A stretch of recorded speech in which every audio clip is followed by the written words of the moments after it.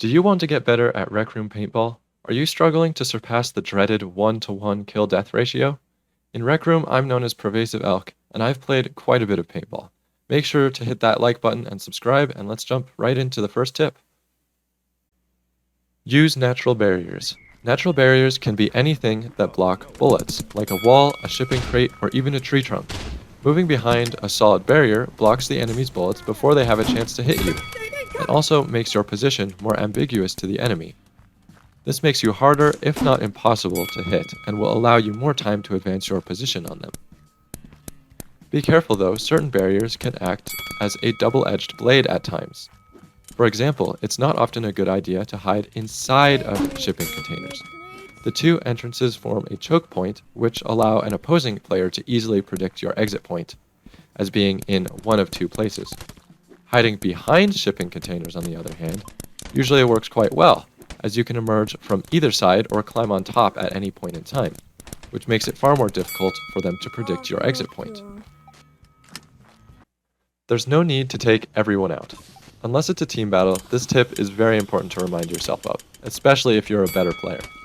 Remember that in games of capture the flag, there is no benefit to hitting someone if it will provide you with no advantage for obtaining the other team's flag. Red flag taken. Oftentimes, players will forget this and unnecessarily risk their lives in pointless standoffs. This is especially true if you are in the opposing team's base, because every player you hit will likely respawn nearby, and every respawn player gets about 5 seconds of invincibility. For this reason, it is often much easier to steal their flag if they are preoccupied in the middle of the play area while you sneak by.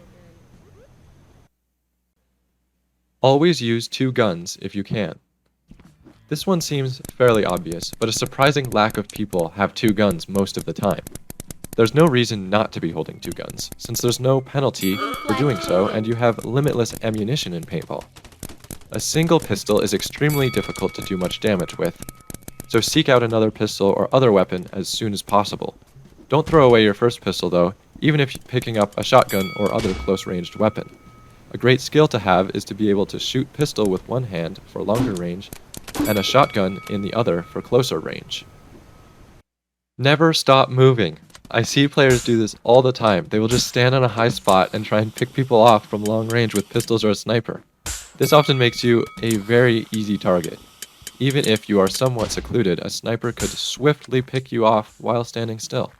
It's obviously a little harder to hit people while moving, especially if you are wielding a sniper, but learning to be accurate while on the move is a tremendously powerful advantage over your opponents.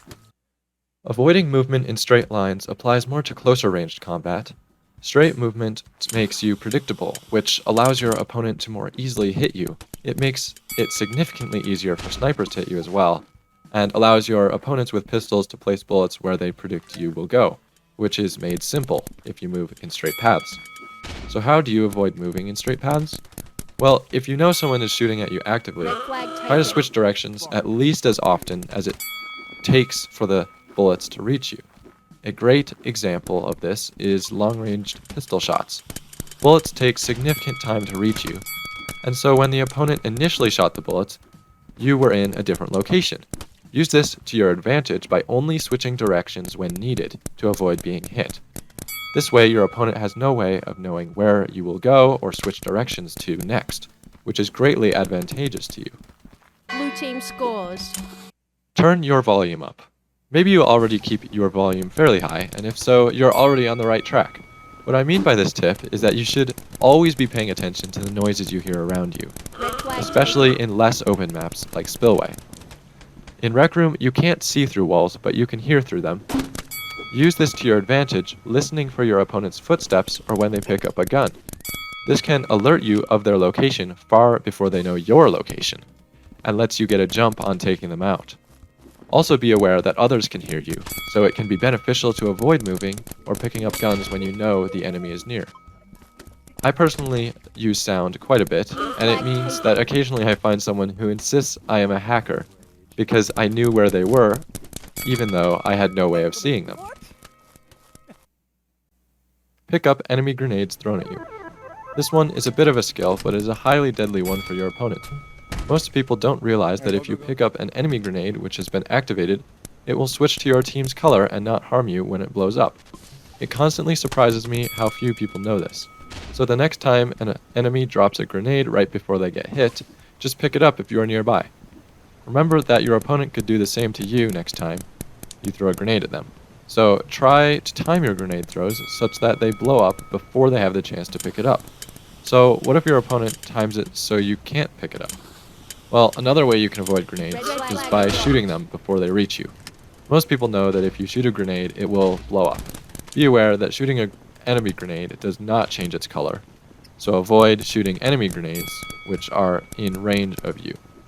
As a last-ditch effort though, you can try to shoot them before they reach you in midair.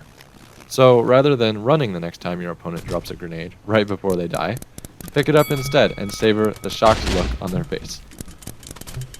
And that concludes the 7 tips I have for you to improve your Rec Room Paintball game. Don't forget to hit that like button and subscribe if you haven't already. Go check me out on Twitter at _ConnorBurns_ if you like computer stuff. And thank you for watching. I'll catch you in the next video.